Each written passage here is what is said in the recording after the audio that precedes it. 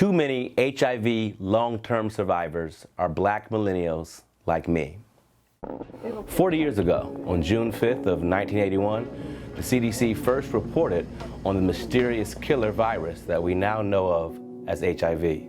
Despite significant progress over 40 years, it remains a sad truth that a disproportionate number of black Americans are living with HIV. When people we love are under attack, what do we do? I am a long-term survivor, which means I've lived with HIV for at least 10 years. I was diagnosed with HIV on September 4th, 2003, at the age of 21, while I was a college junior. Approximately 70% of people living with HIV are long-term survivors. More than 300,000 became positive before 1996 in the introduction of antiretroviral therapy, also known as ART.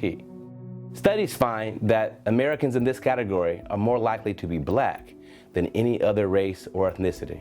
While HIV affects people of all backgrounds, in the United States, black Americans continue to be disproportionately infected, and at the center of the storm are black men who have sex with men.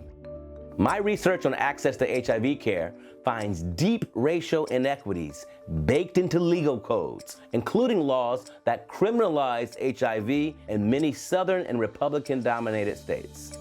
Racist body politics refers to the intentional practices of politicians and their policies of exclusion through which society regulates the black body. When people with AIDS are under attack, what do we do? Stand up, fight back! In more than 30 states, it is still illegal for someone with HIV to have sex without disclosing their status. Black men such as Robert Suttle have served time in state prison even though they never transmitted the virus.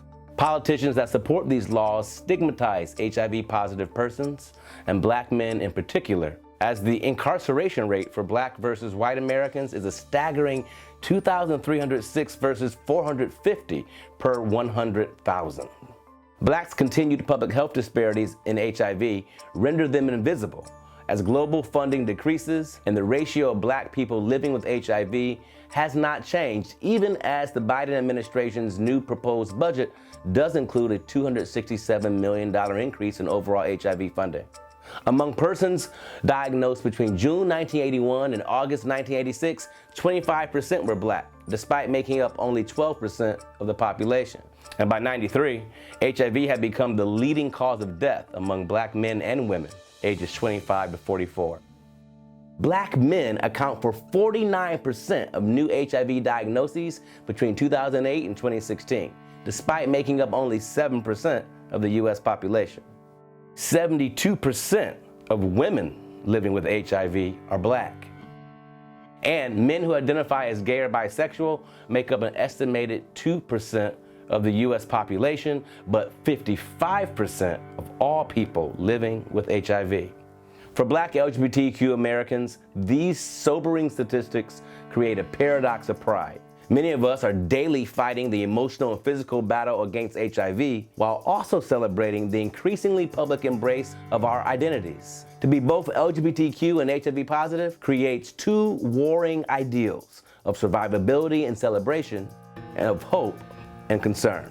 Medical advances like ART have sustained life for more than 1 million Americans with HIV. Advancements in biomedical treatments happened because gay HIV positive activists, often black men like Craig Harris, demanded that the government invest in saving lives. In recent years, new breakthroughs have included PrEP, a medicine that helps to prevent HIV infection, and the U=U campaign, or undetectable equals untransmittable, whereby people with HIV who achieve and maintain an undetectable viral load, the amount of HIV in the blood, cannot sexually transmit the virus to others.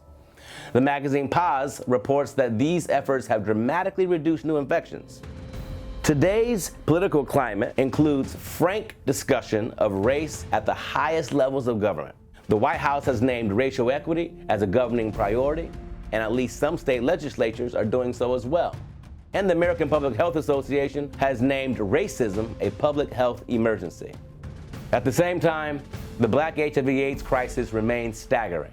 Every congressional session since 2013, Congresswoman Barbara Lee has introduced the Repeal HIV Discrimination Act, aimed at creating incentives and support for states to reform their existing laws that criminalize people with HIV. It has yet to be passed. Discrimination and stigma remain pervasive and make it harder for HIV-positive candidates to win public office. HIV criminalization laws that penalize non-disclosure remain on the books in most states. Although a lot has changed in the 40 years since HIV was first reported, much remains the same for Black millennials with HIV like me. We are the new face of long-term survivability.